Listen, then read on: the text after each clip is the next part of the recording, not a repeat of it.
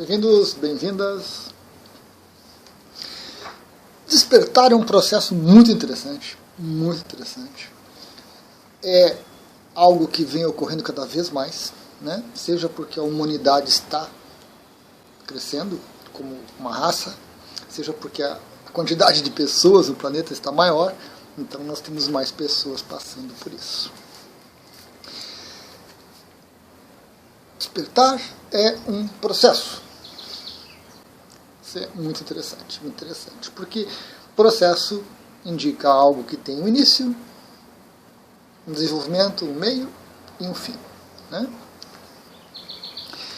Mas há muitas dúvidas sobre isso. A gente pode teorizar a respeito de muitas coisas, porém, com algumas teorizações bem racionais, bem colocadas, a percepção, a ideia que a gente tem sobre isso fica muito melhor, fica muito mais acessível e a gente pode fazer frente aos desafios que surgem de uma maneira mais prática, de uma maneira mais interessante. Porque o despertar é dolorido. Despertar é dolorido. Perdem-se ilusões, a gente percebe coisas que antes não percebia e a gente tem que conviver com tudo isso. E algumas ilusões são muito caras, são muito preciosas. Abandoná-las é muito complicado. O despertar também não diz respeito a essa personalidade apenas. Né? Personalidade, eu sigo o Vedanta, gosto muito da visão que eles trazem. Existem outras, mas não me agradam muito. E a personalidade é esse corpo físico, um corpo vital, com chakras e nadis, com meridianos, né? E um corpo emocional. E uma partezinha do corpo mental. Isso é a personalidade. Quando o corpo para de funcionar, quando morre, você continua existindo, a personalidade continua existindo. Com outros desafios, com outras dificuldades também inseridas. Mas o despertar, ele não é só da personalidade. Tem um vídeo que eu coloquei, onde eu mostro que a mônada, né, a nossa consciência, com C maiúsculo, a nossa alma, ela se divide em várias personalidades. E nesse processo de divisão, ela se esquece de si mesma. Aos poucos, as personalidades vão despertando e vão voltando para a mônada. E nesse processo de voltar para a mônada, tudo cresce. A gente tem um acúmulo de experiências, nós temos um crescimento daquela mônada. A mônada não é onisciente, onipotente, não. Ela também está em evolução, ela também está aprendendo. E as personalidades ajudam. E o despertar diz respeito à personalidade e à consciência. Para as pessoas que não estão razoavelmente despertas, a personalidade e a consciência ficam separadas, ficam afastadas, ficam distanciadas. A gente se refugia no ego, a gente se refugia na mente e a gente se afasta de tudo. Quando você desperta, a consciência consegue se manifestar mais na personalidade. E isso é um diferencial muito grande. Vamos ver algumas coisas, depois a gente volta. Só para relembrar, né, pessoal? O esquema da mônada. Esse esqueminha com mais algumas informações está lá no blog. E tem a palestra do Mestre De Rose, que é excelente. Então aqui nós temos a personalidade, aqui nós temos o Luiz Felipe. Um corpo denso, corpo energético, corpo emocional e um pedacinho do corpo mental. Certo? Personalidade é descartável, né? Eu tenho um vídeo sobre isso. Primeira morte aqui, segunda morte, terceira morte, a gente vai para individualidade e depois a gente retorna para a unidade, né? A mônada está aqui. A mônada é a nossa individualidade, né? Então, legal. Então, Aqui é um gráfico que eu fiz para ilustrar o processo do despertar. Nós temos dois eixos, o eixo do tempo, né, ano após ano, e nós temos o outro eixo que é o percentual de despertar. 0, 50%, 100%. Né? Legal. Por volta de algum momento antes do nascimento, antes da fecundação, na verdade, né? Aqui seria a fecundação, a personalidade adormece. E esse tempo aqui, ele é um pouco complicado, porque fora do corpo, aqui nós não temos corpo físico, né? O tempo é muito relativo, o tempo muda totalmente de padrão. Para quem quer entender um pouquinho mais do tempo, essa convenção humana, né? Recomendo esse excelente livro do Carlo Rovelli, A Ordem do Tempo.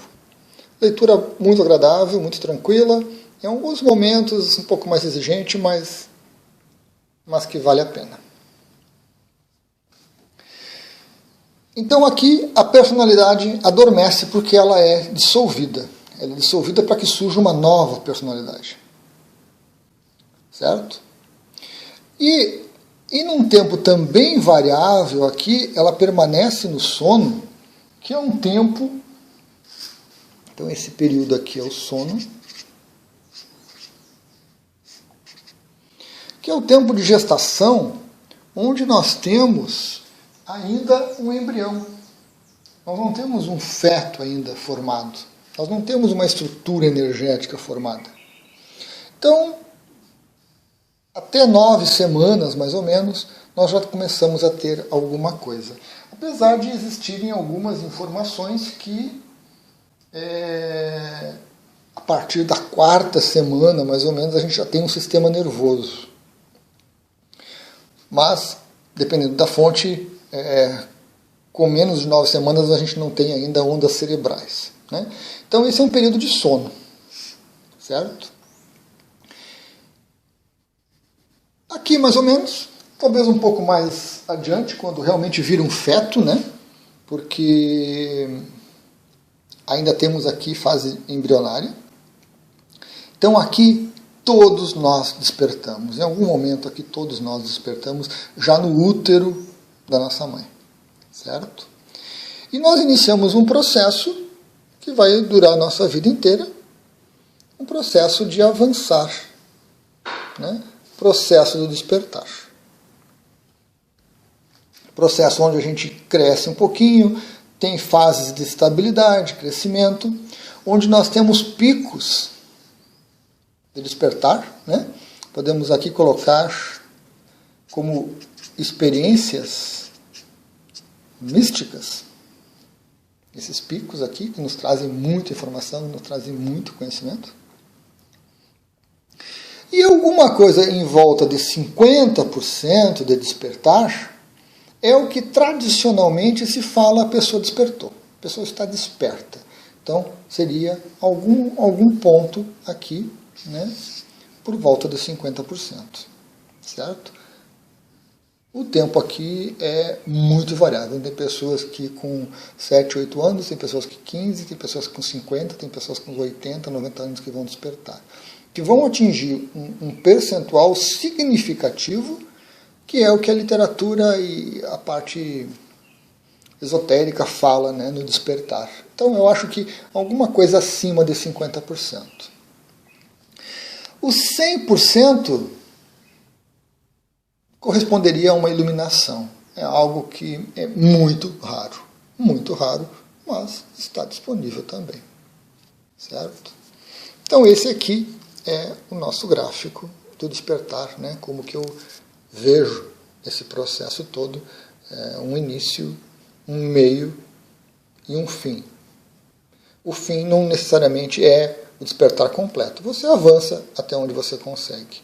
E isso é interessante, porque não adianta colocar pressão, desejo, querer despertar. Isso é um processo muito natural, um processo de consciência, é algo que transcende a nossa mente. Legal? Vamos voltar. Voltamos. Então, essa questão do tempo, né? Livro do Rovelli, interessantíssima leitura. E essa questão do despertar. Eu trago aqui para vocês do livro da Barbara Brennan, que é uma das nossas maiores referências, né? O Mão de Luz, o sistema energético de uma criança, certo?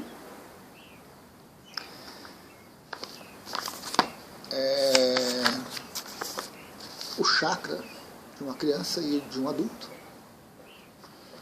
Ou seja, há um desenvolvimento da criança, do corpo, e há um desenvolvimento energético.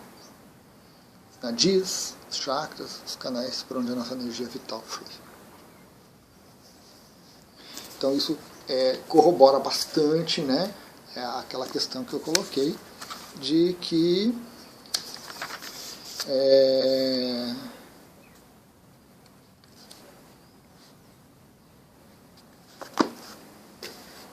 a personalidade entra num pequeno processo de sono, há a conexão, há a ligação com aquela nova vidinha, e depois há um processo de despertar. Boa notícia é que todos nós estamos despertos. Todos nós estamos despertos. Não tem pessoa viva no planeta que não esteja desperta. Não tem. O que nós temos, e que a gente vê um pouco na literatura, né, de uma maneira muito legal, e a gente vê assim, nessas interações com os esotéricos e com outros tantos, de uma maneira um pouco pejorativa, são pessoas que estão num baixo percentual de despertar, que se referimos a elas como dormindo, como no sono, como robotizadas, né? Como não despertas. Mas mesmo essas pessoas, com baixo nível de despertar, elas têm picos, como eu apresentei no gráfico, momentos onde há uma expansão de consciência, há um momento assim, uma vivência mística muito intensa, que às vezes, ou muitas vezes, altera toda a vida da pessoa, modifica toda a vida e a pessoa se conecta mais com a sua consciência. E nós temos também no desenvolver da personalidade uma afirmação do ego, né? Um processo onde a nossa mente, o nosso ego, nosso senso de eu, ele precisa se afirmar. E para isso ele tem que se desconectar de todo. Seja do planeta, das coisas, das energias e da própria consciência. A grande questão é que isso às vezes se torna tão intenso que impede que você tenha um processo de despertar satisfatório, porque as pessoas ficam tão aferradas à própria mente, a apenas aquilo que elas podem tocar e ver, que elas negam qualquer outra coisa. E isso é muito ruim. Despertar é algo assim muito badalado, né? Muito fogo de artifício. As pessoas falam muitas coisas sobre o despertar. Muita coisa incorreta, muita coisa indevida. Não é processo divino, não é dom, não é merecimento, não. A nossa jornada como personalidade é uma experiência da consciência, uma experiência da nossa alma no mundo físico. Ela vem para cá para aprender, com erros e com acertos, com avanços e com retrocessos. Tudo serve. Não importa o que você fez na sua vidinha, não importa. A sua consciência vai abraçar você quando for o momento e vai pegar você de volta e vai aproveitar cada experiência que você teve. Por mais insignificante que seja, cada momento é importante. Ela está aprendendo a lidar com essa experiência humana. Então, cada personalidade contribui um pouquinho. Quando você chega naquele patamar ali de 50%, que foi eu que estipulei, é claro, pode ser um pouco mais, um pouco menos, né? Não se tem muita certeza. Ali é um momento significativo nesse processo. É um momento significativo. Porque você consegue trazer tanta consciência para a personalidade, tanta energia consciencial, que a maneira de você olhar para a realidade, de olhar para si mesmo, de olhar para os outros, para as coisas todas, muda drasticamente. E não há momento para isso. Não há momento. Nós temos um ideal. O ideal é que você já tenha um ego formado, um ego experimentado, um ego equilibrado. Né? Se acontece muito cedo, às vezes você perde etapas.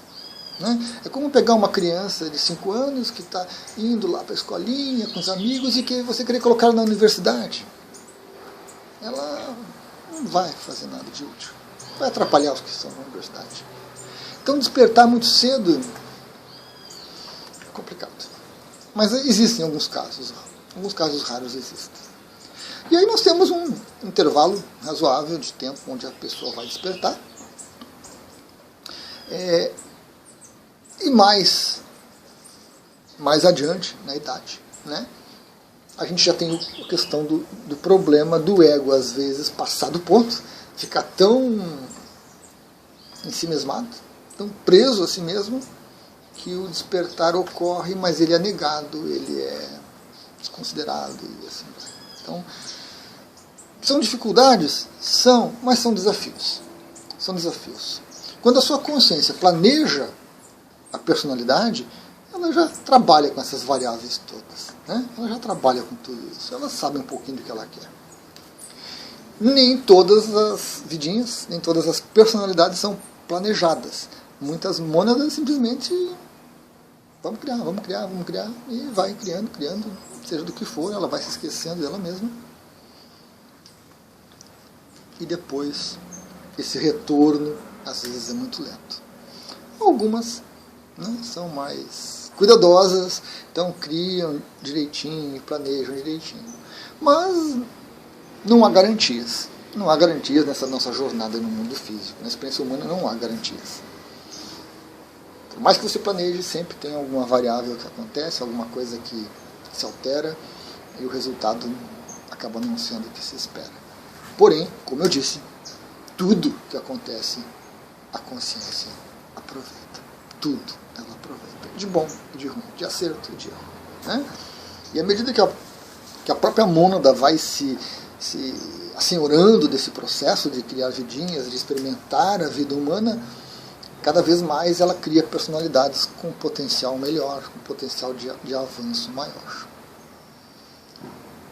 E aí o despertar, ele se torna mais produtivo, né? Se torna menos doloroso. E retomando, o despertar é personalidade de consciência. Não pense que é a mente que desperta, que fica mais poderosa, que sai falando línguas e tocando violino sem nunca ter visto coisa e tal. Isso é ilusão. O processo de despertar mais consciência consegue se manifestar nessa personalidade, e esse fato de mais consciência estar presente muda toda a sua relação, toda a sua visão, toda a sua perspectiva da realidade, das interações. E aí, nas tradições, nós temos diversos caminhos. Né? Nós temos diversos caminhos. Como eu mencionei num vídeo, o caminho do Bodhisattva, né, da compaixão, de ajudar os outros, de se doar. O caminho do Arati, mais individualista, mais consigo mesmo. Todos são caminhos válidos. Nós temos as religiões, nós temos as filosofias que oferecem caminhos para você seguir, para você experimentar. Cada uma com as suas dificuldades, com as suas facilidades, com as suas ilusões, com as suas crenças. E essa é a grande diversão da experiência humana. Muita gente está aí, né? É um sucesso, né? 8 bilhões é um sucesso. Tem muito sofrimento? Tem muita dor? Tem. Mas tem muita alegria e tem muito prazer também. E passar por essa jornada humana de se perder na experiência humana depois de se reencontrar de novo, a mônada sai com algo que é muito valioso. A experiência humana é muito valiosa. Precisamos observar isso com cuidado. E para você que está lidando com essas questões, que tem as suas dúvidas, tem as suas dificuldades, tem seus medos, tem as suas necessidades de garantias, que mesmo que não existam, a mente quer garantias, Pondere sobre isso ocasionalmente, porque abre a nossa perspectiva, abre a nossa visão, ajuda a ampliar a sua percepção, ajuda o seu processo de despertar. Porque quanto menos apego, menos desejo, menos crenças a gente tiver, mais aberto a gente vai estar para a consciência. Mais aberto a gente vai estar para essas experiências. E aqueles que passaram por processos intensos e dolorosos de despertar, precisamos buscar boas informações, boa literatura, eliminar as ilusões, para poder crescer, para poder minimizar. O despertar em si não causa problema. O problema causa a resistência do ego. A resistência do ego em aceitar o despertar. O ego fica preso na busca incessante por prazer, satisfação dos seus desejos. O ego não quer ver, não quer perceber diferente a realidade. Então, quem está nesse processo doloroso precisa, né? Precisa buscar caminhos para autoconhecimento, precisa buscar a fonte de energia. Reiki Sui é excelente escolha, Precisa meditar, é fundamental. E precisa iniciar um processo de aceitação, que é algo razoavelmente complicado. Legal, pessoal. Voltaremos a falar desses assuntos. Até mais.